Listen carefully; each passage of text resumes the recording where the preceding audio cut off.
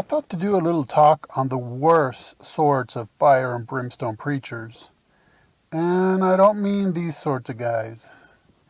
I found that the very worst sorts of fire and brimstone preachers are atheists.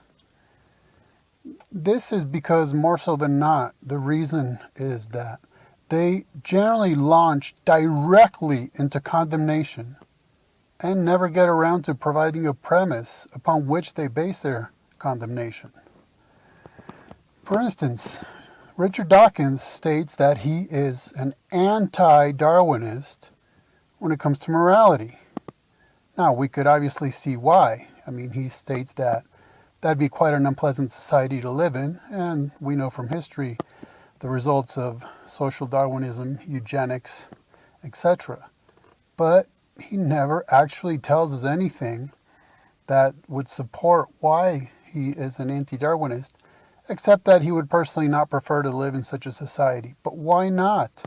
Maybe that's what we're really missing. Maybe we need eugenics all the way, and we're actually ruining our species by being anti-Darwinist when it comes to morality. Regardless, the point is, he gives us a personal preference that is, as a premise.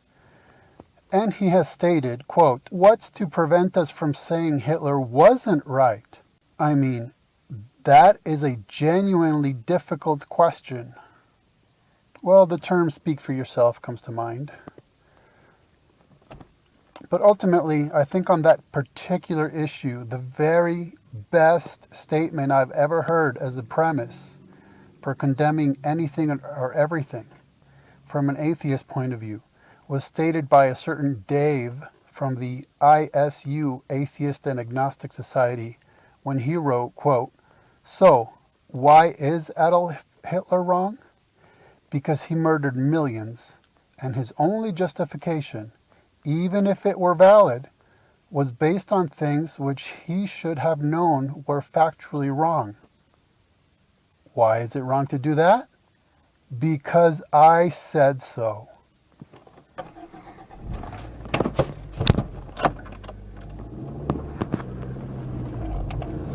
I kid you not, that was actually Dave's ultimate reason for condemning Hitler, because Dave says so.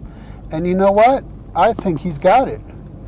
He has given the ultimate reason upon which atheists can condemn anything, because if you ask them upon what basis they are condemning,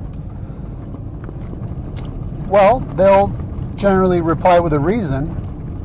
And then you ask them, well, why is that a premise? And they'll generally respond constantly with nothing but synonyms, so that you end up finding out that they condemn things based on nothing but a bottomless pit of personal preferences, which are themselves premised on personal preferences, that are based on personal preferences and founded upon personal preferences. So that Dave finally got as far down the rabbit hole as he can, and he recognizes that the only possible reason he could imagine is because he says so. That's right, on Dave's own authority. Condemno, ergo sum, or something like that. And so that's quite interesting, because I don't seem to get many cogent replies from atheists when I confront them about why they condemn anything whatsoever. Upon what premise? How do they condemn anything? I understand emotive reactions, but when you actually ask somebody to justify their emotive reactions, you find that there's nothing really behind it all but further emotive reactions. So I think your best bet would just be to paraphrase Dave and say, "because I said so." In which case, of course, it would have been good old Dave against Hitler's Nazi machine, and I suppose the fittest would have